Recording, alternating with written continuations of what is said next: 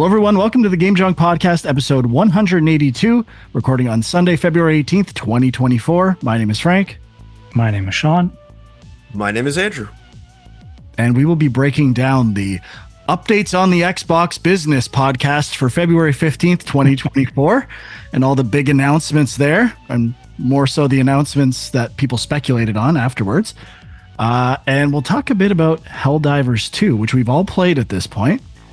So that's pretty much it for today's show. What do you guys got going on? Everything all right? Happy Family Day tomorrow? Yeah. I will be at a hockey rink all day long. So that'll celebrating with your family. Yeah, not really. Half my family. Video games with your family. I did some gaming with my family. We can talk about it and what we played. Oh, okay. I also did a little bit. All right, so let's step into the updates on the Xbox Business podcast from earlier this week with Phil Spencer, along with some other Xbox employees, I guess. That everyone worked at Xbox, I think. And it was pretty underwhelming. So this is coming off the heels of layoffs and probably some disappointments and the Indiana Jones video really not blowing people away. And I think there's been some panic at the Xbox studios. And I think they wanted to, there was rumors about them going multi-platform with Starfield. And this was about giving a little vision about the future and platform alignment and what it means for Xbox. And the big thing or takeaway from this was Phil said 4 games are coming to other consoles. I don't think he was specific as to which ones or which consoles. We'll get into which ones people speculated after. And I think the other big announcements were Diablo 4 coming to Game Pass in March, which doesn't feel like that big of a deal, to be honest. And I think that's really all that I can remember. I watched it last night. And am I missing it? Well, there was talk about the next generation console. Very vague talk. Well, I mean, that's just standard Xbox mission statement. We're creating consoles and platforms for gamers to be able to play their games anywhere with anyone, anytime. Like, we get it. We know what's going on here. So I think it was more about the drop of we'll have exciting news this holiday. Oh, really? Hardware. Yeah, and there was some line about like it'll be the biggest leap in hardware for any console generation to date, or something like that. Really? Yeah, this is something like that. I'm falling asleep. Yeah, it was one of the girls that said that, or I guess the only girl on the panel. Sarah Bond, I believe, CEO of Xbox, I think, right? Yeah, I think so. So yeah, I don't know. Like, all the speculation was afterwards, where I think the 4 games that have been speculated to be the 4 are not Starfield and Indiana Jones, which I would never imagine it would have been Indiana Jones. They're going to have some exclusivity window on those games. Hi-Fi Rush, Pentiment, Grounded, and Sea of Thieves. Not exactly, going to move the needles of the public, in my opinion. But what do you guys think of, if those 4 are the 4, what will it do for Xbox and the Xbox brand? Yeah, so I mean, we should mention too, there were like rumors weeks before, and I think it started with rumors that Hi-Fi Rush is coming to other platforms, and Sea of Thieves. Those were the 2 main ones that were talked about. Then suddenly it started snowballing, and like you said, Frank, there was mention of Starfield, Indiana Jones. I think at some point somebody even threw in Halo becoming to other platforms. And I think that's when they were like, okay, we probably need to say something official and kind of rein this in. And yeah, like maybe they weren't ready to announce those things, but they just had to kind of say, relax.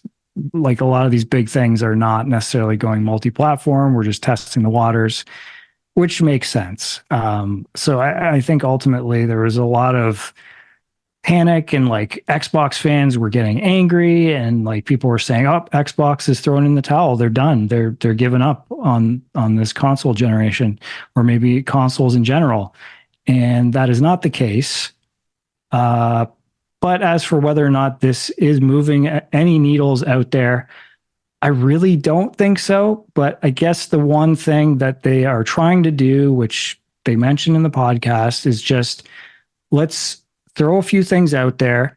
If people can get hooked on these games and then they see that, hey, these games are available on Game Pass, their sequels maybe come out, they're also available on Game Pass, maybe that's their way to pull some of the Sony people over to their side. Because I think that's the problem right now, is they're just seeing like, no matter what we do, and I mean, you could obviously question the quality of the games they've been putting out, first party games, but no matter what we do, people are already on Sony's platform. Like we're not changing anybody's mind on that. So it's like, how can we go to the people that are already on PlayStation and maybe have them at least look a little bit over to the other side and be like, oh, okay, they got a few things going on over there. And I think that's all they're trying to do. But just to be clear, they never said PlayStation. It could just mean Switch. It could, which I think the Ori games have come to the Switch already. So, I mean, that's not crazy, but I think if it was just the Switch, I don't know if there would be as much fuss over this whole thing. And Minecraft is everywhere, as is Call of Duty. So it's not like they don't have a precedent for this stuff already. Yeah. Yeah, those Minecraft and Call of Duty are a little grandfathered in. I don't know if those are good comparisons. But is Grounded live service as well? Like Sea of Thieves? Sea of Skulls? What's it called? Skull and Bones? Sea of Thieves. Sea of Thieves? Sea of Skull and Bones. I don't know if it would be considered live service. Like it's a survival game. Yeah. And I think the reason why, so they mentioned that there's two games that are kind of like, I don't know if he said live service, but he said they're like community driven games. Okay. Yes. And so I'm assuming that would be Sea of Thieves and Grounded. That would make perfect sense. Like Grounded is, there's crafting, there's, I don't know, it is a little bit more, I think there's mods and stuff for it. So that I think is what they're talking about. So I think of the four, if these are the four games, I think they're actually a pretty good choice because I'm going to say it wrong again. Sea of Thieves and Grounded are, that side of community. So adding more to the community, having crossplay potentially, it's just going to help the ecosystem. I think those two are good choices for that perspective. More players, obviously, the better. And if they have microtransactions, then gravy. And then with Pentiment and Hi-Fi Rush, those are two games that are very stylistic and stand out from a crowd. And I think they would attract people's eyes in the store. And there was a lot of buzz around Pentiment, probably less about Hi-Fi Rush, but it does have like a pretty good art style with the cell shading and everything, and it's got a personality to it. I think it's memorable anyways. Like people still talk about Hi-Fi Rush. I don't know if a lot of people played it, but it seems like that game has not totally just gone away. I agree. Like other games, like Suicide Squad, let's say. Still active. Sean and I played it last night. Oh, did you? Oh, yeah. So I mean, I think Pentiment has enough journalist people behind it because it's so narrative driven that people will talk about it when it comes to other platforms. So I think it's a good decision if those are the four games. Yeah, I mean, my observation about the four games, I did an IGN quiz before we recorded, and it was with the Xbox, if the four games are that, will you, let's get it exactly correct here. Switch and PS5 owners, will you buy Hi-Fi Rush, Pentiment, Grounded, or Sea of Thieves? Got to catch them all. I'm interested in a couple of them. Nah, Xbox can keep them. I obviously selected nah, Xbox can keep them. What? You didn't think catch them all? You buy everything. Yeah, we'll see. And then got to catch them all. 8.4%. I'm interested in a couple of them. 36, and nah, Xbox can keep them. 56% approximately, or 55%. So, I'm not surprised by those numbers at all. But my observation about the 4 games is they can all run on Switch and PlayStation 4. And I think it's more about install base than it is, and getting money than it is about building the Xbox brand. First of all, I don't think there's anything about these franchises that anyone would immediately associate with Xbox. Maybe Hi-Fi Rush and Sea of Thieves, but I don't think so. They're just games Microsoft happens to own. And then on top of it, there's this idea that there are Xbox franchises, Halo, Gears of War, all these things that are like the marquee franchises. I don't think any of those would translate or become that big of a deal. So anything about this just kind of seems like a money grab to me. And not that that's bad. I don't care. But it feels like these games are relatively critically acclaimed, and it's probably easy to port them. So let's see. It's a test for the viability of these types of ideas. But I disagree with the fact that these games are on Game Pass. I gotta start going over to that, and this is the place to be. I think the guy, I can't remember the guy on the right of the panel. It was like the old model for the old consoles was always the console's the star and the games support the console. And I fundamentally disagree with that statement. If Super Metroid and Donkey Kong Country and Super Mario World were on the Sega Genesis would have been the most popular console in the world. They will always be game driven. Nintendo happens to have the best game developers and designers, or did at one point in time. So that was the what? Are we just going to let that statement go by without challenging it? I completely disagree that the console is the star of the show. It's always been games. Xbox 360 was popular in the boom of shooters in the mid 2000s.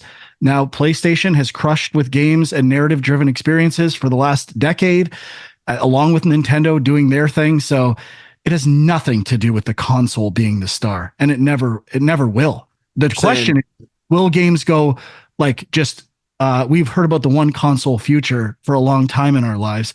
So will that happen at some point? I still think it could, but I don't think Sony will do that. Well, I don't think there's that much money to be made from competitors. I think they're happy with their console island. Yeah. So you're saying TV didn't work?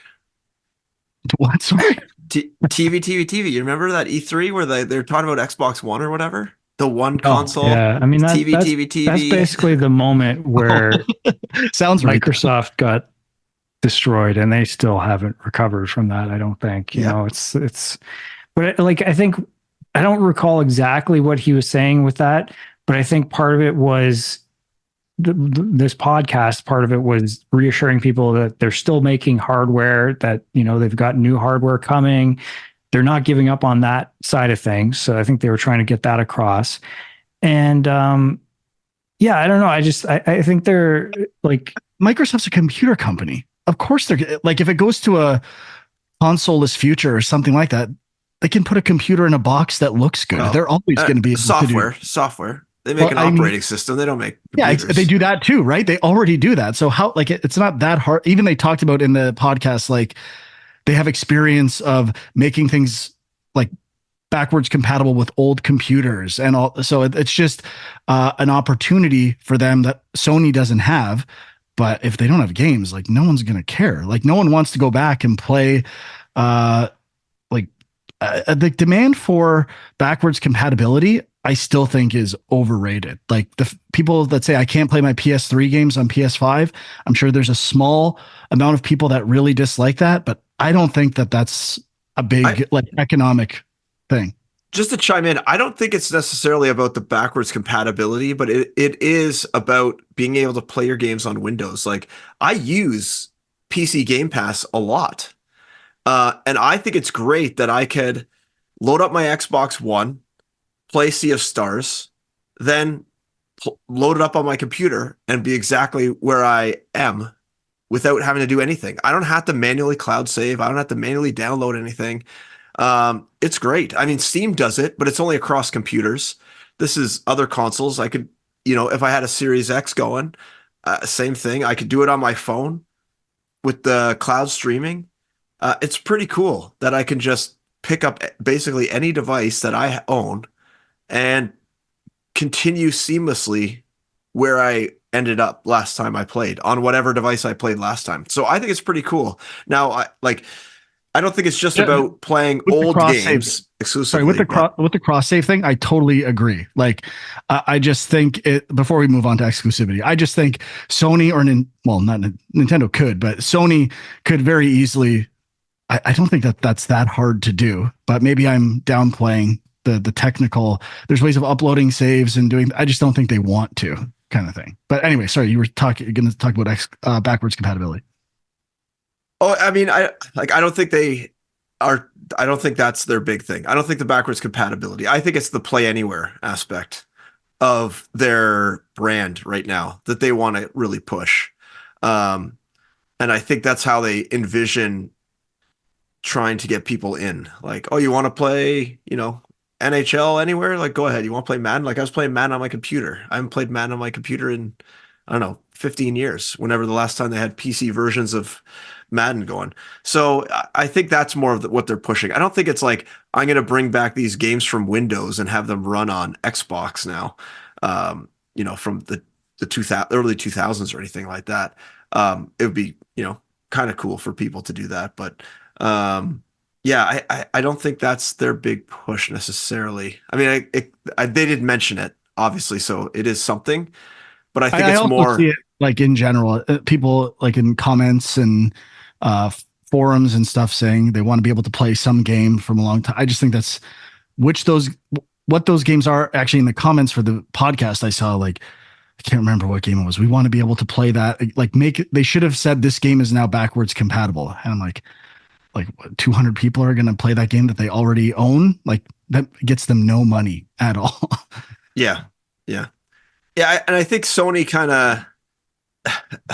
of has the same problem where people, I mean, they're remaking PS3 games that they obviously can't emulate good enough still to just have it in their service. Like even when you play a PS3 game now with the PS Premium or whatever, pretty sure you're just streaming it from some PS3 in the cloud somewhere. I don't think they have a way to emulate it, which is crazy. Kind of that Yeah. 20-year-old hardware you can't emulate it. Um, and I think they've kind of proven that by not rushing games to that PS3 library that they have. Like I don't think there's a lot of the interest. There's not a lot of interest in these games. Otherwise, people would be not getting PlayStation Premium or whatever it is that gives you the PS3 stuff. And the ones that people really want, they will just turn into remakes or Mhm. remasters. And it's a way to make more money. It's greedy. I don't necessarily like it, but that's to me the more lucrative angle. And honestly, I prefer the remasters to the original versions. They're better games. They get improved. And I don't know. I don't think that's that big of a deal. So let me ask a question here then. So, we're saying these four games, not really needle movers. I mostly agree. But what if Starfield does come to PlayStation? Is that, a big deal? Is that something that could pull people over to Xbox if they play Starfield, they enjoy it, and then all of a sudden Starfield 2 comes out and it's Xbox exclusive for a year, it's on Game Pass. Like, could that be something? No, I think it'll make Xbox a lot of money with the install base of PlayStation, and then they'll wait for Starfield 2 to go non-exclusive. If they could wait for this one, they will wait for the next one. I guess maybe I'm downplaying Starfield. I think it's pretty good, but either you are into those types of games and I think you're already committed to Xbox because you want those Bethesda games, or you're not. And it's just about making money. And I think they're just going to wait. They obviously have numbers on how much they're selling and how often Starfield is selling, or Game Pass, how much it's being played on Game Pass. So they're just going to wait till the numbers are at a point where, hey, we're not making money off this anymore. Let's put it on PlayStation. Yeah, I mean, Yeah, I think if they really wanted to, one, get everyone mad, and two, make the most money, they would just take COD and Minecraft exclusive to Xbox and Windows and just say, Yeah. see other consoles, like good luck making money now. So Yeah, I they would guess never do that, I don't think. But I'm just thinking of like, we've heard that when a game is on Game Pass, it boosts the sales on other platforms. So I guess I'm kind of wondering if the reverse could be true. I don't really know if it is. Like again, Starfield's just one game. They have other games they could throw out there, but obviously they've acquired some of these studios with the intention of keeping them under their umbrella. I don't really think they want to give all those games away. So, But I think those are smaller games, less marketing budget. It's not like Starfield AAA stuff, and they're already multi-platform to start. So people, oh, I'm playing this, it's good. Okay, I'm going to buy it on my platform. I don't think it counts for stuff that's going to go from exclusive to,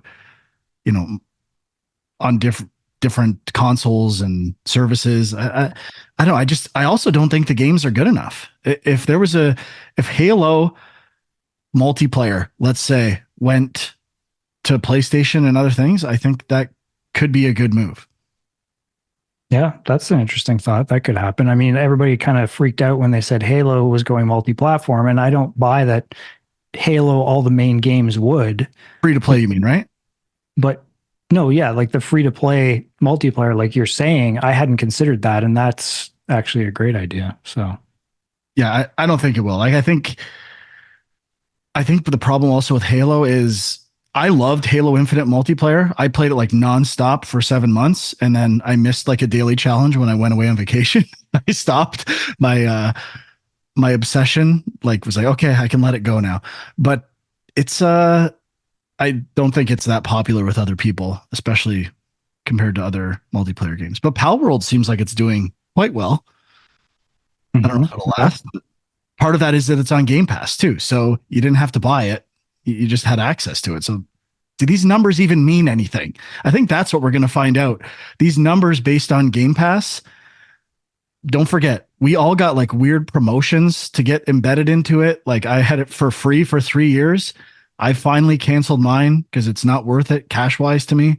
So I don't know. I think we're going to see what the net effect of Game Pass actually was over the next 2 years. I still think it's good for families. Like, I think anyone I know that has a console with kids and they're not really sure like what games to buy, or they don't really care that much, they just want Minecraft and a few other things, I think it's perfect for that. And they should do whatever they can to maximize those audiences. yeah, I think Game Pass, like I still think it's worth it for me personally, but I do think if you look at that first year of Game Pass compared to the kind of stuff that's been on there the last year or two, I feel like there's been a pretty big drop. And I still I'm unclear on if part of that is Sony pulling people over to their side. There's been all this talk about them giving people money just to not go on Game Pass, things like that. I don't know if that's true, but it feels like something happened. Something changed. Maybe it's just developers found it wasn't worth it. That could be too.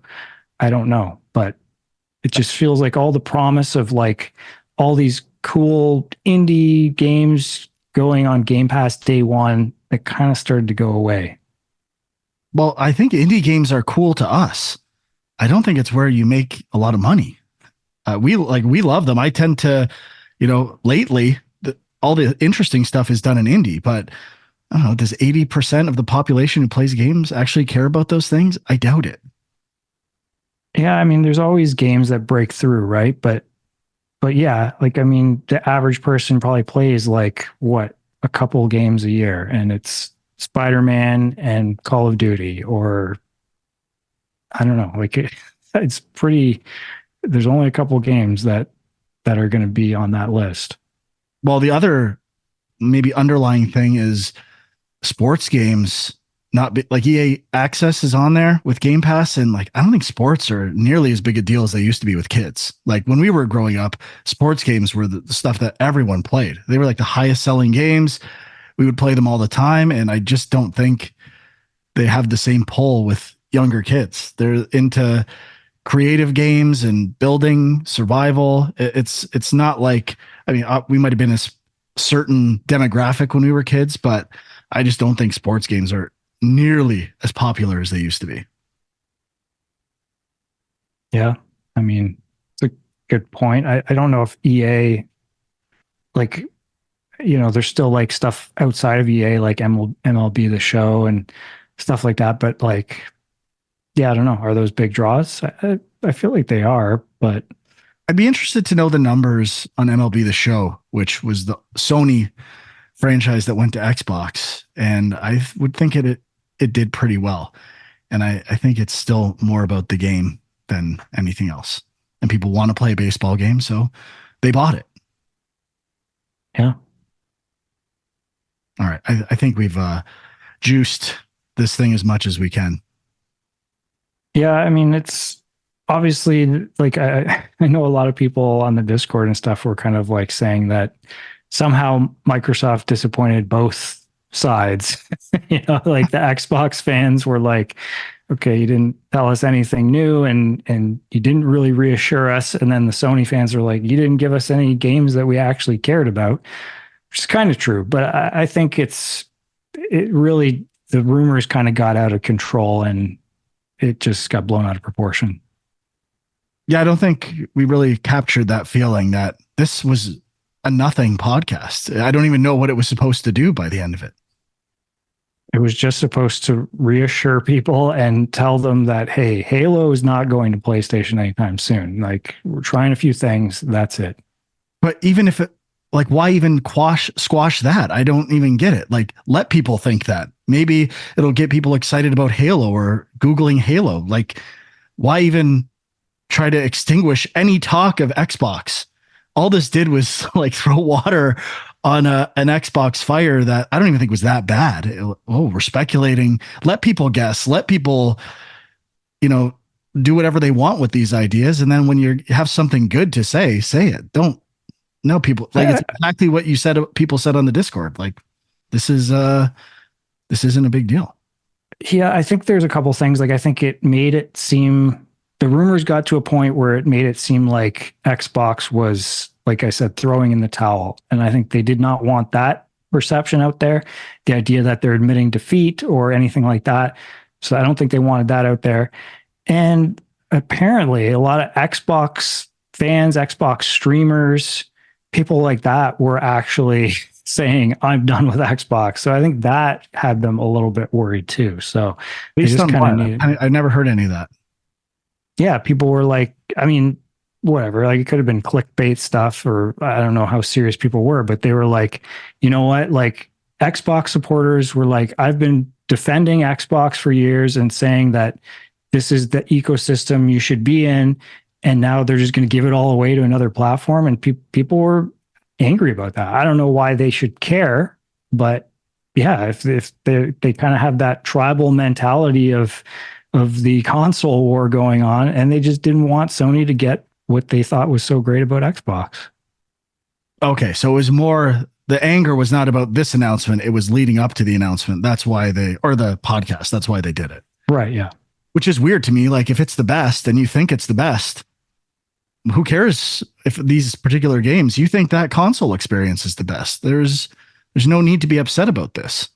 They're still not going to get your perfect little console cloud platforming cross save stuff. So that's true. And actually, that's one other thing they did say in the podcast is that Game Pass will only be on Xbox.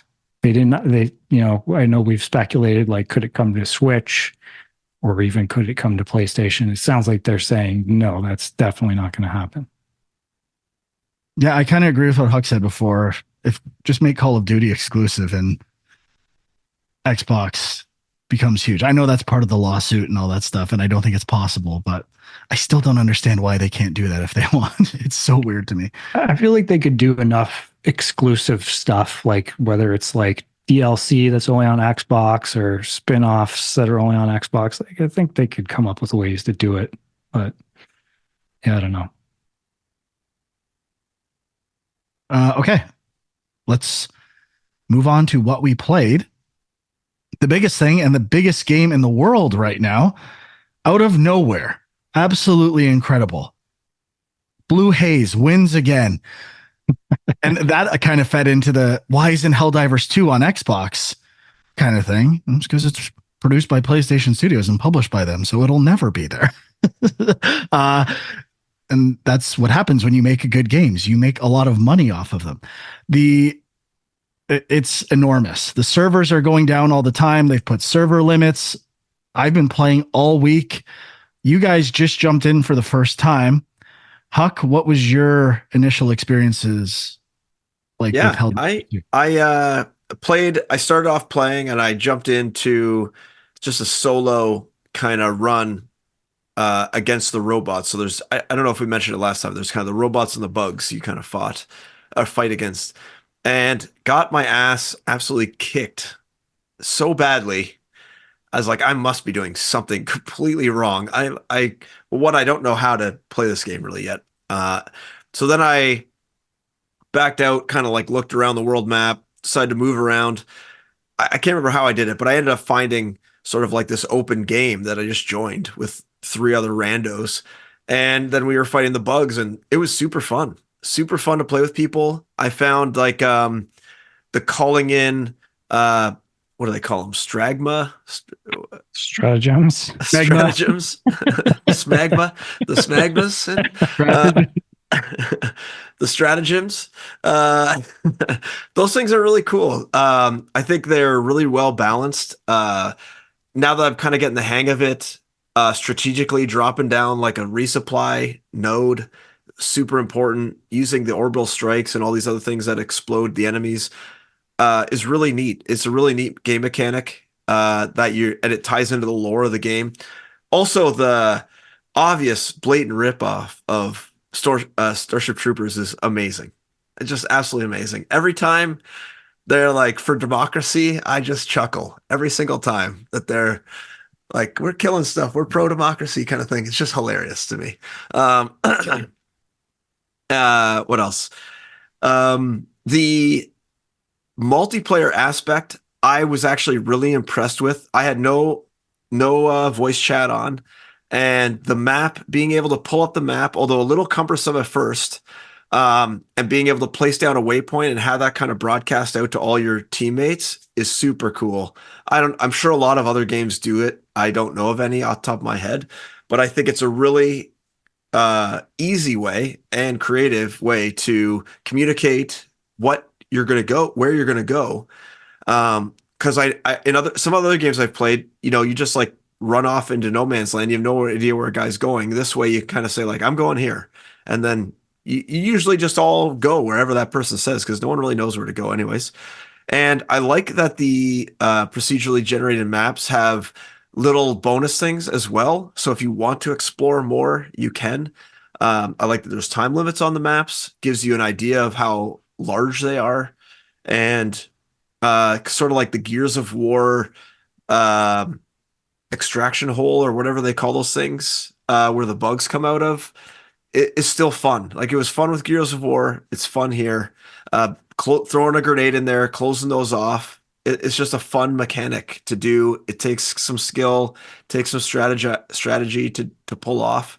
And yeah, I think what they did with limiting your ammo is actually really smart, and it really causes you to use all the tools in your toolbox and work as a team. Yeah, just really impressed actually with this game. Really, really impressed so far. I don't know if I have too much. I did another play session today, but I did just solo, and it was not nearly as fun as even just playing with some randos. I haven't had a chance to kind of meet up with you guys yet and play with like people I know, but yeah, definitely a big difference between playing by yourself and playing with other people. Really, really fun game. Yeah, I know I was talking about games I was jealous of as a game designer, and the number one for me was always, or maybe game developer, Vampire Survivors. Like, its simplicity and how popular and addictive it was. I think this is definitely the most jealous I've been of like a multiplayer game design ever. Like, it's perfect, and it's exactly what Huck said. Like, the map is, there's not a lot going on. So there's not a lot of confusion as to where you should go. There's only a few options, and every resource is very tangible. And it just creates this tension and cooperation that anytime I've jumped into something like zombies on Call of Duty or Warzone with strangers, it's a disaster. I don't think I've had one session yet in Helldivers 2 where I play with random people that we aren't working together, or people don't want to like help each other. And it's like normally these games get like people doing stupid stuff and just being annoying in general. And there's none of that in this game. It's so good. Yeah, I mean the idea of like I'm trying to think of other cooperative shooter multiplayer games like this. And I mean, obviously the first thing that comes to mind is like horde mode for Gears of War, but like Left 4 Dead is the one that I think is yeah, that's a good one for sure. And I think they definitely are trying to model themselves after that to an extent. But yeah, I mean I've been enjoying it, and obviously I'm not generally into online multiplayer games to begin with. I'm trying. I don't really know why though. Like I'm trying to pinpoint what it is, and I think you're right. It is the simplicity, and obviously the cooperative element.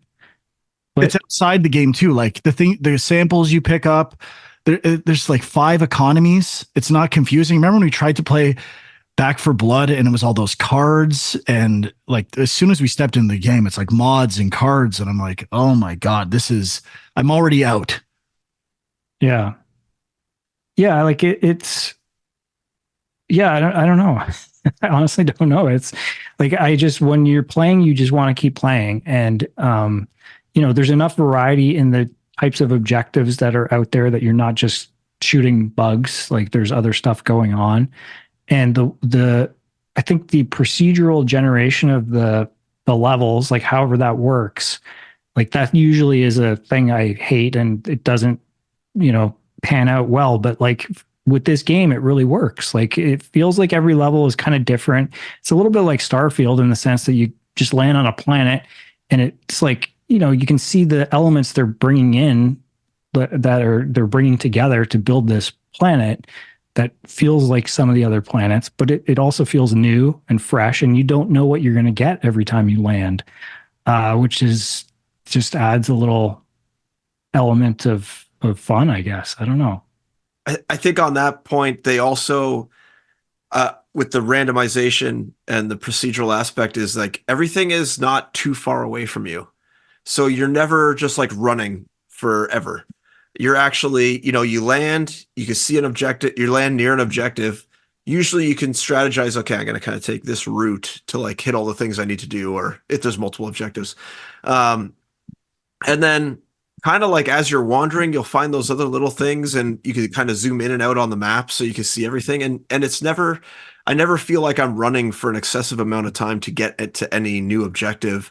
And if I do, usually like some sort of like bug hole or something will appear that engages me. So I'm not just running for, 10 minutes or something like that. So I think they did put a lot of time and thought into, they probably have a lot of rules around how close things can be, how far away they can be.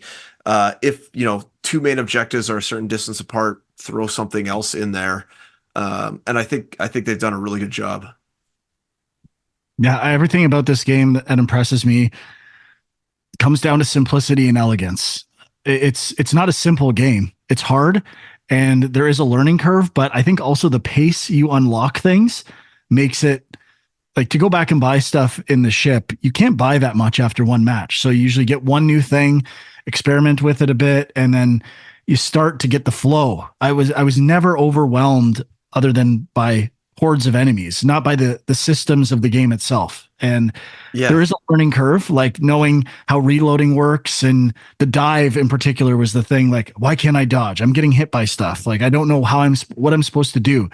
And then you kind of get it at some point. It does take a few rounds to get it, but once you get it, it is, I don't know. I'm so impressed. Switching to the grenade also is like kind of weird. Yeah. It's not totally clear. The one thing about the ship, which I really like, is there's really not a big tutorial about anything in this game. It's really kind of crazy because they kind of throw you on the ship and they say like, yeah, here's where you upgrade your ship modules or whatever. Here's where you upload your gear. And then they always have this like acquisitions button you can press kind of like anywhere on the ship. And it's really when you go into those menus, they're also simple. They have like a couple headers of like, here's what you currently have equipped. Here's what, I don't know, you could buy, and here's where you buy the extra chips to get more money or whatever, the in-game currency.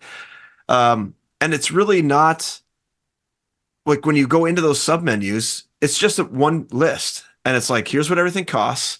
I'm thinking in particular of the one where you use the medals to buy extra little tidbits and things. Their battle pass kind of thing. Yeah. So, and then, like, it's very clear when you scroll through that list. Okay, you need to spend 5 more medals to unlock this new group of things. And okay, I read that. I know exactly what they mean now. There's no mystery. It's very simple, but totally perfectly conveys everything they need to convey. And there's no frustration. There's no confusion. Even on the other one, when you're upgrading your ship and choosing the different orbital strike packages or whatever they are, that I didn't notice there was like a scroll bar at first. So I wasn't really sure like kind of what was going on in there. And as soon as I noticed that scroll wheel, and I noticed the only reason I was looking more is because I noticed that there was that like you still have unread messages essentially in there. And so I was like, where are these things? And I eventually scrolled down and found them. And even that, once you figure that little bit out, that's easy to figure out. Now, maybe that menu might be a little cumbersome because it's so large. I don't know if there's a way to kind of like skip down between sections or not, but yeah, it really does a lot of UI well and simple, and it doesn't overwhelm me. You get in some of these like almost like MMO style games where it feels like there's just shit everywhere on the screen. I have no idea where to look. This game is not like that. It's pretty elegant in how little they show. And the one mechanic also in the game that took me a bit of time to get used to is when you pull up the map and then you start like running, the map goes away. And I'm so used to being able to kind of like look at it and use it. Or no, what is it? I guess you can run with it up, but then you can't shoot or something like that. There's something where like the map kind of like stops you from using your weapons, which I think makes sense in the lore of the world because I think you actually like hold it up to your face or something. It's like on your wrist or something. I think that's the thing they do. It's kind of like when you are, I don't know, but it's really, once you do a couple rounds, everything then makes sense and you can play. I think though, if you were to take a couple weeks off and come back, it would be really hard. You would need a couple matches to remember all these like nuances that we now know of. Maybe. Yeah, maybe. I like the simplicity of the D button presses for stratagems. Like it's very understandable, and still there's a tension with inputting the stuff right. And the friendly fire is usually something that drives me crazy, but once you know that it's a thing, it's not that bad either. With the input too, I can see that totally expanding out as you get a high level thing. Obviously, those inputs are just going to increase and just add to the tension and make the game even that more fun. And even how they then incorporate it into like activate the tower, and it's like an in-game, the exact same thing, like a diegetic UI, where you're like pressing the buttons on the console. I think that's a really slick way to gamify like a button input. Like it's obviously abstracted, like, but I think it's really smart instead of, making some elaborate like console, computer console thing that you have to press buttons on. I think just keeping it the exact same, keeping it simple, really smart, gets the same point across. Yeah, I guess the only other thing I wanted to bring up is just that I think there's a lot of little details in the presentation. Like it feels cinematic. The kind of like the fog or whatever that's on the planet sometimes is kind of cool. The music obviously is pretty epic and really makes you feel like when you're going, like when you're first launching into a mission, gets you pumped. When you complete a mission, feels great. And then there's obviously music throughout, like as bugs come at you and stuff that ramps up the tension. So all that stuff's really well done. And yeah, I mean, other than that, it's just like little things, like you were mentioning, Huck, like some of the little one-liners that they throw out are kind of funny, but like or work within the world of what this is. And yeah, I guess that's the stuff that gives it a bit of flavor that I think makes it stand out from other maybe similar multiplayer games. Yeah, the one last thing we haven't really touched on is the community map, where you kind of like work as a big group to defend areas of the universe or the galaxy or whatever. And as you complete missions, you as a community defeat the bugs or whatever as a whole. And I think that's a neat little like engaging mechanic. Now I find it hilarious that the percentage has like 6 or 7 digits after the period.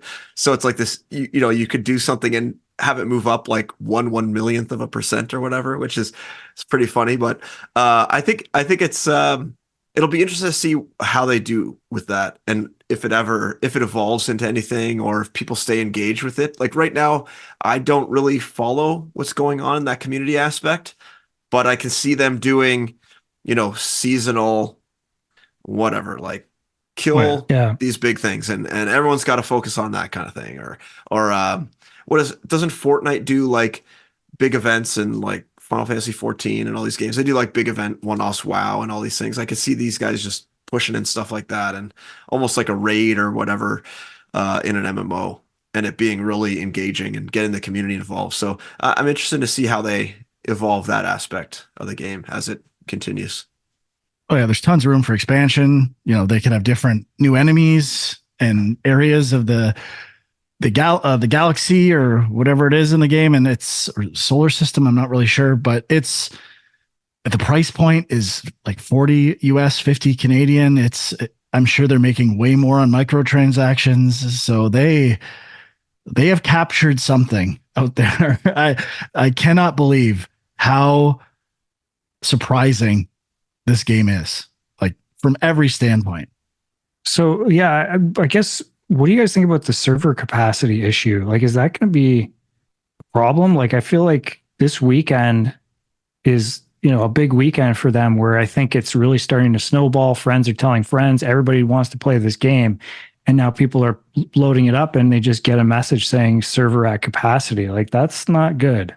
Yeah, I agree. It's pretty bad. And the first few nights matchmaking was really good. It's a pretty big issue. And I think when I was on the one night, it was 500,000 and something concurrent players, and they've capped it at 450 as of right now, which yeah, that's not good for your game for sure. The only Well, good they might need to like make sure it's not just a one-off fad thing, because they start all of a sudden ramping up like a ton of computers to handle the server load, and then all of a sudden that demand goes away. That's like a big investment that doesn't pay off anymore if you're not using those computers. They're just spinning. But I mean, wouldn't all that stuff just be cloud now? Like, I don't know how that yeah, would. but you still have to pay for like the data, and like I don't think you could just spin up like an Amazon Web Service for like a small amount of time. Like, oh yeah, I only need it for like 10 minutes. Charge me for 10 minutes. I think you have to pay for at least a month worth of capacity. But what Yeah. what I have your thought I guys? heard someone on the Discord, I think, said they were buying, like, I think they own the servers or possibly or working with Then they got to someone. buy hardware, Yeah. which is not cheap. Yeah, I don't know for They sure. pay for Don't power. hold me on that at all. That's all speculation. Yeah. What? But How long have your guys waited? the only good sign of this is the fact that I'm willing to wait for servers. There are very few games I'd be like, keep trying. If I didn't get into 3 games, I'd be like, okay, I got other stuff to play. I literally keep trying until I get one. So I've never encountered a multiplayer game like that before where I didn't give up in frustration. So two questions. How long are you guys waiting about? And how are you guys actually joining matches? Are you guys using like the quick play or whatever, quick match? I've done it all. Quick play was not good the first few nights. I had to like go to specific things on the map and try to jump in there. Other 2 nights I was partying up with people, which went relatively well. When people can all get on, I haven't had any issues with parties of friends. So it's all been quick play stuff that has not been great. Yeah, so last night I was like, just getting that server capacity message like as soon as I loaded up the game. Like I couldn't even get into my ship or anything like that. Yeah, I got it this And, afternoon and as well. it was doing that a lot. And then seemed to get in like first try. At And the then same time. So we both yeah, on at the exact same time, and I got in and you didn't. and then I clicked join Frank and I got in. So I'm almost like, is there some weird thing where it's like if somebody's been playing a lot, they get like priority or something? Like it just Or they seems bought really weird. premium battle pass. I They was bought thinking, every game on PlayStation in 2023. I would think it's possibly if you've spent money in the game, they have that flagged and Could prioritize be. your entry. That would make a lot of sense. Yeah. Hmm. But I mean, it still sucks. I mean, people who bought the game spent money and they can't play. Like people are going to start to get pissed. So they really got to address and that. I played at like 3 o'clock in the afternoon on a Sunday, and it was at capacity, which is probably a pretty busy time. But I didn't have to wait that long. I only had to wait maybe 5 minutes, maybe not even. I don't know how long you had to wait there, Sean, before you got in with Frank, but it didn't seem that bad. I didn't really wait. Like I was retrying for 5 or 10 minutes.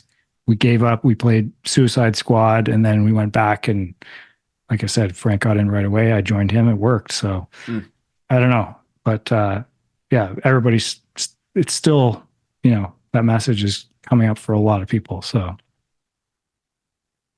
all right, well, we'll see how it continues. If the servers improve, if it ends up hurting the game, but all in all, pretty impressive stuff from Helldivers 2 thus far. Anyone else have anything they've been playing? I do. I beat Doki Doki Literature Club, which came to Epic Game Store for free I guess last week or week before. And it is a narrative game, like I don't know, what do you call it? I guess visual novel. Visual novel. Yeah, thank you. But it does have some serious topics that are discussed in it. And they also have like a little bit of a mind fuck aspect to it. So I don't know. There was like some buzz like, oh, you got to play this game, and it really messes with you and everything. And I wouldn't say it messed with me at all. It was interesting how it was approached, and it definitely goes after, I would say, the target audience for this game is younger men who love anime boobs. I think that is the target audience. So if you're into that kind of thing, you'd probably love this game. But it's basically just a lot of talking. You basically court these like 4 girls.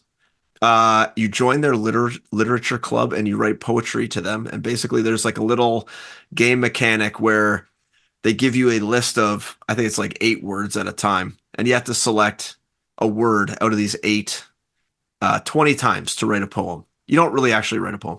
And then each of these words is kind of tied to one of the girls.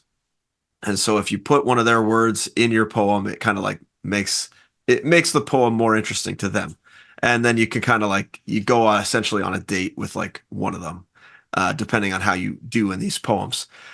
And there is some sort of like meta aspect there. When you load up the game, it kind of takes you to like a computer screen that lets you either click like play the game, or you can like look at the files on the computer and look at other bonus stories and stuff like that. So that you could kind of look through the files on the computer and be like, oh, this is interesting. And it kind of, one of the files, for instance, is basically the key for the poems of like, these words work for this girl. Here is kind of like the score that each word gives you. So if you really wanted to like min-max this game, you could look at that file, write down like all the words for the girl you want to date or whatever, and then pick those words every time. I did not do that. I saw the file. I said, oh, okay, that's cool, and moved on. And then at the end, there is a little bit of a twist of like, oh, who is really in this? Who is really running this show and kind of idea. But so I would say if you're into anime boob jiggling games, and I shouldn't say that. They don't jiggle. They're just anime. They're just static images. But it does have some serious topics, and there's a big warning right at the beginning, and it has to do with I guess some pretty serious stuff that could happen in high school. But it was interesting. I wouldn't necessarily recommend it to everyone, but if you like visual novels, I say it's worth the effort. How long is the playtime on this? I was absolutely ripping through the dialogue at maximum speed, and it probably took me three, maybe 4 hours. So I could see it. I know I had a YouTube walk through up just to try to get a judge of where I was. And it was 6 and a bit hours, but also the last part of the game is kind of like an infinite loop until you figure it out. So that let's play or whatever walkthrough was like an hour in that infinite loop. Let's just say I did not spend an hour in there. So I would say 3 hours, 4 hours. It's still pretty beefy for a visual novel, I would say. Cool. Sean? Yeah, so I've played a bit of Mario versus Donkey Kong, the new Nintendo Switch release, which just came out, I think, on Friday, if I'm not mistaken. And this is a remake of the original Game Boy game. So for people who don't know, Mario versus Donkey Kong, there's a whole series of games. And this is not, I feel like maybe there's some people might think this is actually more like a straightforward Mario platformer game, but it's a puzzle platformer, probably more focused on puzzle, I would say. And you are moving through levels to find a key to get to a door to get to the next level, essentially. And, there's ladders, there's moving platforms, there's enemies, but the movement does not feel exactly like a typical Mario game. Like it's a little more slow and methodical. So yeah, like it's like I said, it's a remake, but obviously the visuals have been greatly enhanced. And I don't know, I feel like they might have added some levels. Like there's sort of like a boss fight at the end of each set of 6. I don't remember if that was in the original, but they also added co-op. And it's a perfect family co-op game. It's actually quite good when you play 2 players. There's an extra key added, and so that kind of adds a little bit to the difficulty. I mean, it's not really a super hard game, but it's more on the puzzle side, I guess. Like I said, like it's not super difficult, but I've only played through the first 2 worlds in a bit, so. I'm enjoying it. I mean, I've liked other games in the series as well, so curious if they might bring more, remake more of them. But yeah, it's pretty fun. Check it out. Is this the game you played with your family? Yeah, that's the one. You got to go back now that the kids are older and play Snipper Clips 4-player. And we've tried that a few times, and we've enjoyed it as a family, but the kids always get to a point where they just get annoyed and just start snipping everything. Then it just becomes like, okay, we're done. All right. I played a bit of, let's get the title right. It's a very complicated title. Tomb Raider 1-3 Remastered, starring Lara Croft. The HD remasters of the first 3 Tomb Raider games. I tried playing Tomb Raider 1 a few years ago, and the tank controls, and it was impossible to play. So the idea of modern controls for only $30 on sale, I was like, I kind of want to revisit this game. And it was like this weird kind of torture with modern or classic controls. No matter what I picked, nothing felt good. I finally made it through the first area with all secrets and pickups, and forgot about a glitched secret. Like it was so frustrating. It was a fun nostalgic trip, but I cannot see myself playing through all three of these games, and the trophy lists are like 100 trophies per game. Being it, I'm like, okay, you kind of you missed me on a simple trip down memory lane that I would want to finish, like the Disney Afternoon collection. I did everything in that, and it was kind of fun. And did But you start it on PS4 so you get that plat? you better believe I did. I did not install the PS5 version at all. But all the modern controls seem like the biggest failure. They're not like they're still confusing. You can't do required classic moves for this game, like the strafing jump and the back jump. I cannot do them in modern controls. So no matter which thing I pick, it's frustrating to play. So that seems like a pretty big point of failure to me. But it is like I'm surprised it's not on the right stick or like flicking that to do the strafing jumps. Maybe it is, and I'm just don't know about it yet. But a lot of people on forums being like, "How do I do this? I can't grab this thing." And it's they preserved the original game for better or worse for the most part. Yeah. It was a good nostalgia trip for an hour or two. That sounds like my nostalgic rememberings of Tomb Raider, just being completely frustrated. Yeah, I remember playing through the entire game. I'm like, how did I ever do this entire game? You were a kid and had lots of time on your hands. Yes, yeah. Is it like, didn't they do, what was Tomb Raider Anniversary? Was that a remake or was that That was like just, taking the story of the original game and the flow and making it a 360 era version. yeah, I kind of remember that, but Yeah, I remember that game being decent. Yeah, I liked it. All right, anything else for anyone? I have a couple things I'll I just got hop one in. other thing too. Go ahead, Huck. So speaking of family, playing with the family and sports games, I got the kids into the NHL 23. We're doing a season. We're all playing together. So the three of us, the kids lock their controls and then on a player's or on a position, and then I'll just kind of roam the other guys. And it's great. I've been trying to get them into hockey. Like they play hockey, and I've been trying to get them into the game so they can actually learn the positions and responsibilities a little bit more. And now they're into it. They're playing a bunch by themselves without me too. So that's been my family day playing. And I also played with the kids Halo 3.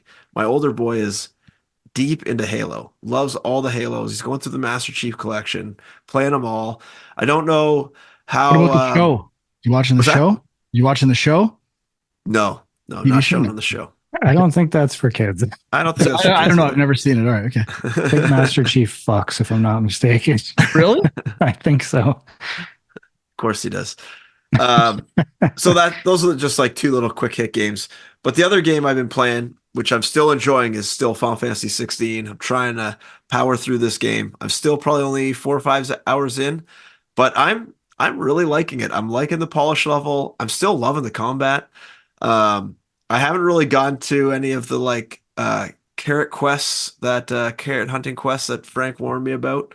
But I like that it's not just one big giant open world that I'm running around, and I like that I just could just I it's almost like a Final Fantasy Tactics-esque map where you kind of plant a flag and have to choose to go there on this big overworld map.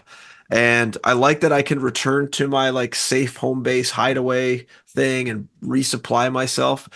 Because I do find that I think we probably talked about it, but there's a mechanic where you have limited potions and high potions and stuff.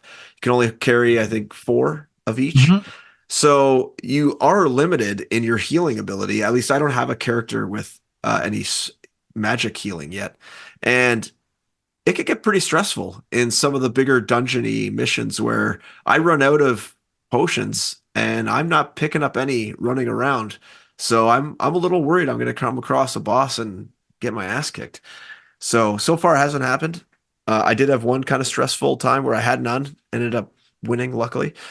But I like that I can go back and spend my money to buy stuff at any time to recoup that, just in case I don't pick up any in the next dungeon. But yeah, I'm still really liking it. I think it's very polished. I'm enjoying the voice acting. I'm enjoying, although I am in the spirit of trying to complete more games. I am totally 2xing the cutscenes on YouTube and skipping them while I play, which is it's just still genius. Just a great move. So yeah, that's it for me. I'm still loving that game. Not very far. So since we're talking about Family Day, I'll throw a couple quick ones. PlateUp just came out on Game Pass. I don't know if you guys heard of this, but it's similar to Overcooked. I think it had been out on other platforms for a while already. But the thing that they add to it is there's like a restaurant management element. And I only played a little bit, so I don't really know how deep it goes. But basically, after you finish, a level, you unlock items that you can then place in your restaurant. And whether it's like more counters, more ovens, or tables for customers. And the thing is, you also actually go to a table, take the order, come back, cook the meal, bring it out to their table. So it's a little bit more like actually running a restaurant, I guess. But definitely compared to Overcooked, I mean, it's just the visuals leave something to be desired. Like all the characters are just sort of like solid color stick men, and just found that some of the user interface stuff was a little weird and confusing.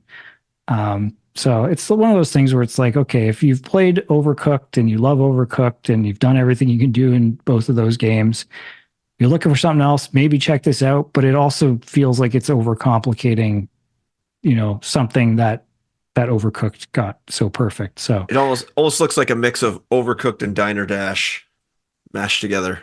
oh, I've never played Diner Dash, but Oh, I think Diner Dash is like the original game all these are kind of based off of. It's basically have you played Day the Diver? not yet. Okay, it's basically the mechanic you're describing where like someone comes into your restaurant, you have more than one table, and you're the waitress, and you have to basically go take their order, serve it up to the cooks. Now, you don't actually cook the meal in Diner Dash. Someone else does that, like the AI or whatever. But then you have to, take that once it's done to the table, collect the plate, like clean up the table, collect the cash, all that stuff for all the tables. And the complication comes once like you get multiple tables and they're all kind of asking for things at the same time. You have to prioritize. So sounds very similar. Look up Diner Dash. It sounds very similar. Is this like an older game or is yeah. Yeah, like 15 years ago. Okay. Yeah, it sounds like inspiration for a lot of these. And just while we're on it, I'll throw out one other that's like Overcooked that's okay.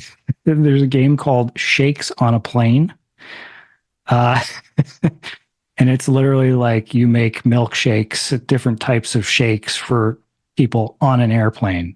But it's in the style of Overcooked. And it's not amazing. It was on sale for like $2 on PlayStation at some point, and bought it and played a little bit with the family. So if you're dying for some Overcooked clones, check those out.